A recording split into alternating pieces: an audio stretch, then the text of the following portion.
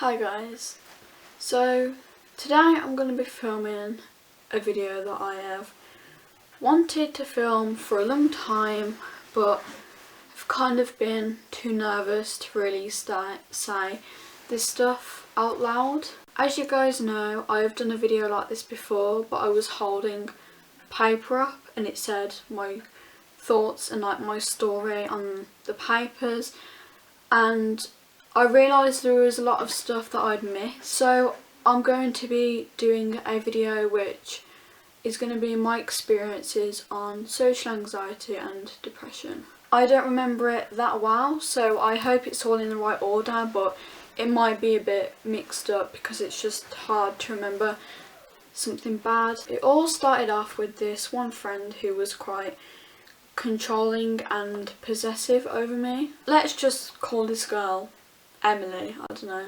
She wouldn't let me have any other friends and would always embarrass me in front of people. She judged absolutely everything I said, and it just really lowered my self-esteem so much. I noticed that I started to get really nervous around her and my throat would tighten up every time I talked to her. So I thought that I should talk to her about it, and when I did, all she said was, "We're best friends and best friends shouldn't feel like that." After everything that she had said to me, I just couldn't cope with being friends with her anymore and decided to end the friendship. So after that, I made friends with someone else who had fell out with Emily and was no longer friends with her. Everything seemed to be going really well within our friendship, and I was just so happy. Until I found out that, of course, Emily and this new girl, let's call her Ellie, have been talking about me behind my back. So after I found out this, I went into school the next day, and Ellie was in my French class. I was just so nervous being in that class, knowing that she had been talking about me and she was just sitting right there. And then all of a sudden I noticed that I couldn't breathe properly and my throat started to tighten up. I had no idea what was going on. I honestly thought that I was dying. It felt like I was dying.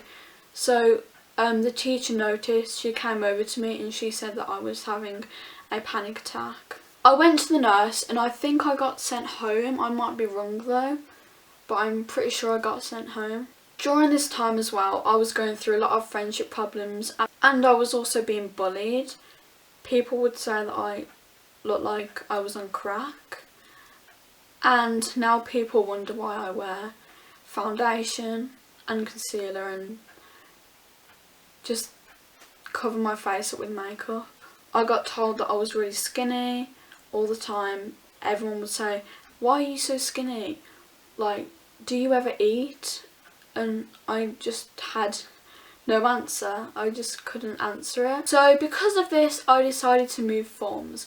And I was very happy moving forms because my friend that I was really close to, who went to my primary school, was in that form. So everything was going really well with this close friend until she started to snap at me. And by snap at me, I mean literally snap, like in my face constantly. She would question and just judge absolutely everything I said. I couldn't get away with saying one thing. It got to the point that if I said something and she didn't judge me for it, I was actually proud of myself. She would say my hair was thin, greasy, that I walk weird. They're just a few examples. Then I went on a school trip with her for the weekend, which was just the worst decision of my life. The whole time I was there, she was constantly telling me where to put stuff, telling me where to put my shoes, my coat, my bags, telling me to clean up all the time, and was literally just controlling me the whole weekend. And as I was in the same cabin as her, I just couldn't get away from it. And the weekend was my birthday weekend as well. So this resulted to me having a panic attack at about 3 in the morning, and the teacher had to come and calm me down, and I had like a massive rash here on my hands. So I went home after that birthday weekend, collapsed on my bed and just went to sleep. I was so drained from everything that had happened on the weekend, and I just didn't know what to do. I just needed to sleep. So during this time I had a friend who was also sending me horrible messages over social media. I actually had to get the police on her. I was no longer friends with her anymore.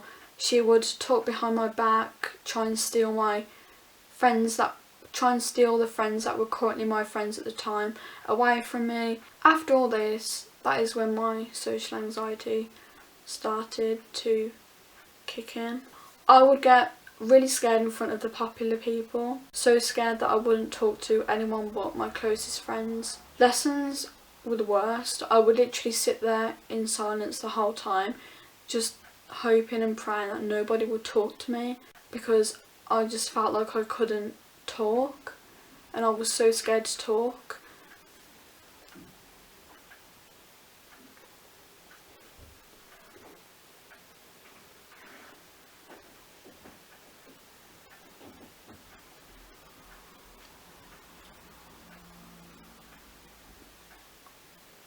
I had a panic attack in every single lesson that I went to. Lesson after lesson, that's all I would think about.